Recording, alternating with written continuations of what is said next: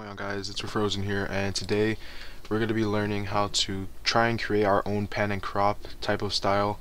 So I have a example here by Walrus. This is one of his edits titled Alliance. I don't know, I really personally like this edit just because he has really nice flow, and considering the PC clips being super HD, it just makes everything a whole lot better. So let's just get into it. This is an example and what I'm gonna attempt to show you today. I'm gonna try and take my best shot at it. So yeah, hopefully it doesn't lag.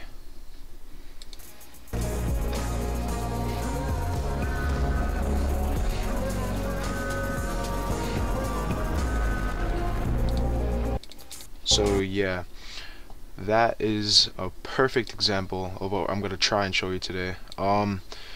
So just to start off, I have some Black Ops 1 cinematics, and these are entirely not mine. I'm gonna just give credit where it's due, even though I don't even know who I got it from. I honestly forgot. It was like a while ago. I'm just saying it's not mine.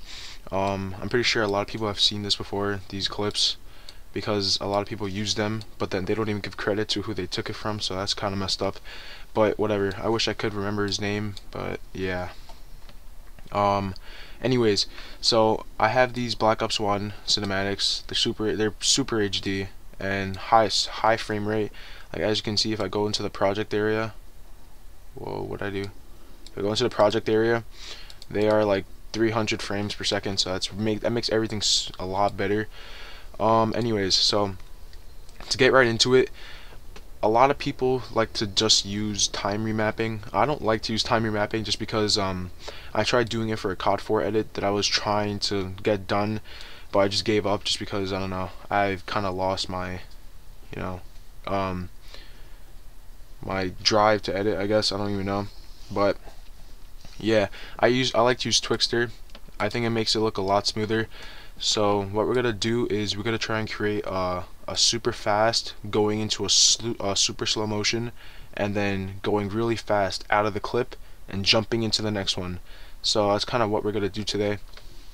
So like I said, I'm gonna add Twixtor to my clip. So I'm gonna match the frame rate 300.003, and then I just change the sensitivity up to 100 to make it look smooth.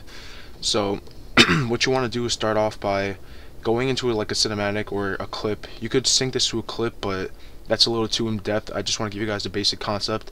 So you want to start off in the beginning at a really high speed. So for this clip, I'm going to use like 150, right? So I'm going to keyframe it. So now I'm going to go forward into the clip, and I'm going to drop it down to 10, speed 10. So remember how I said we're going to go super fast into a super slow motion? So now when you go to the end, I want you to just finish the clip by just increasing the speed until the clip finishes over here. So I think at about like 250, I think it finishes, maybe 200, yeah, like maybe 220. So you can see the clip finishes moving, right? So right now I'm just going to kind of extend my 10 keyframe, because I really wanted to just super drag into the slow motion, if you kind of get what I mean. The way we're gonna create this effect is pretty much just keyframing easing your keyframes. So if you just press F9, highlight everything, ease it. I want you to go into the graph editor. Now the reason why we're going into the graph editor is simply because it's gonna help us, give us that ease. Like, it's gonna give us a slope that's gonna look like this. So pretty much what I'm gonna show you is, you wanna get this little yellow anchor, and I want you to pull it kind of down. Pull this one kind of down so it just eases in to the slow motion, right? So when you go into the fast motion, see right here, I'm going into the last two keyframes now. See how they're highlighted? I'm gonna make it so it jumps. So I'm gonna kind of make it so it raises up. It's gonna give us that fast effect, right? So if you just run through it again, it's going super slow. It's just gradually going into the slow motion, and then it's gonna jump out of it, going into the next clip. You'll see it later on. So yeah, that's pretty much the effect you kind of want to have. So that's going to be the slow motion type of thing. As you can see, yeah, did you guys see that? It looked pretty nice. I just ran by it a little bit. Although I'm just gonna have it kind of ease in a little more. You can see it. It's just kind of like a ramp. Think of it that way. I want to ease into it and then jump out of it. That's pretty much what I'm doing. So I'm gonna run by it one more time. You can just look at it in the top. It's just gonna jump out of it. My computer is still kind of laggy. It's not the best. I probably should lower the resolution, but I highly doubt that's going to change anything just because it still will lag and be choppy up top. That's the best we're going to get. So yeah, that's pretty much that part of it. So jumping into the next clip, you're just going to repeat the same process. It's not going to change at all. You're just repeating it. So I'm going to add Twixter. Go 300.003. Now this is the boring part because I'm just repeating the same thing. And now I'm gonna change this number. I'm not gonna use the same number every time. It's gonna be different for every clip, because if you start off like super high, maybe like a 500, then it just depends on how long your clip is. So these clips, as you can see, 0 to 2 seconds, they're 2 seconds long.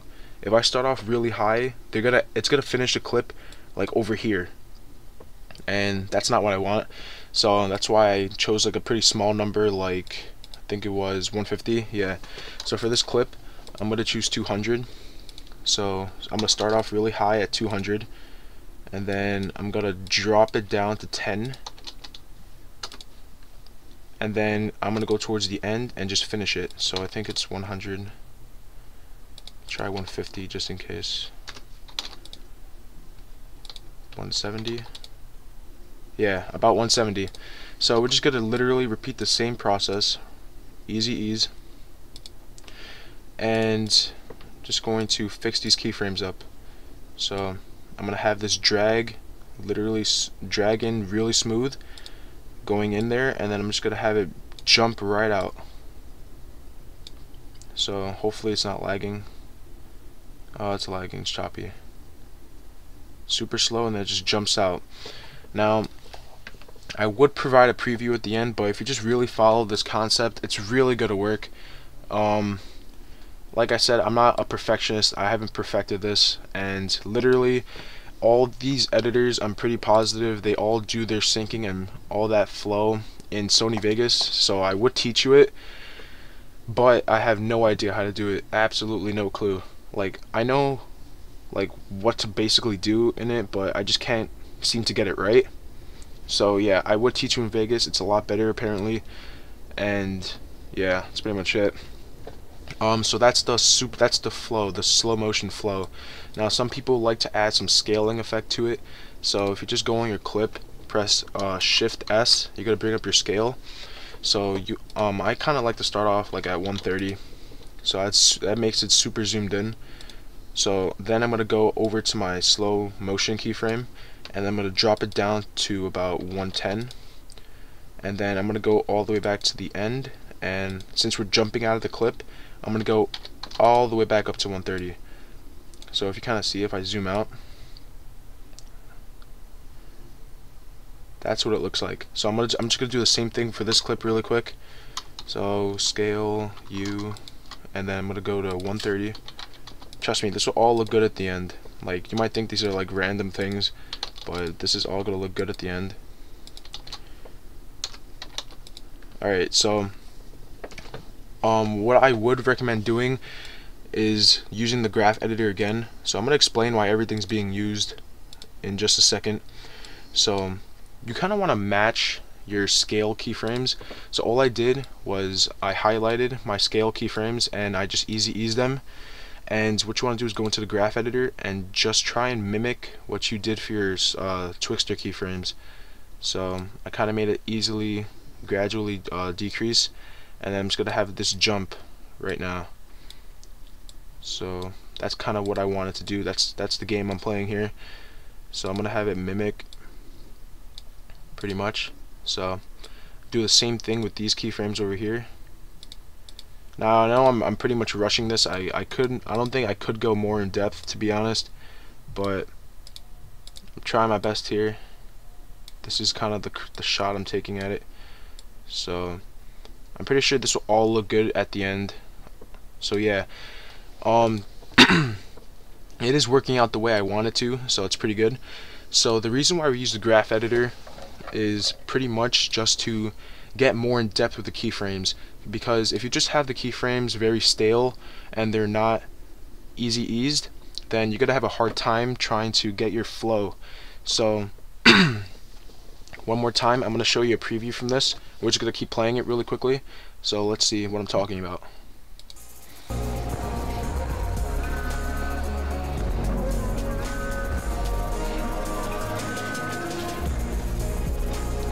Alright, so you see how he's using scale and he's using his slow motion and super fast motion. That's called velocity. So the reason how he's getting that is either he does it in Vegas, I'm pretty positive, but in After Effects I'm guessing the alternative is just going into the graph editor and just pretty much having this little ramp here going up and down, so it's going super slow and then it goes super fast up. So you can do that syncing with shots, so as it goes all the way up, maybe like right here, you can have the shot there of your clip, you know, it's whatever. But yeah, it's pretty much the majority of the concept.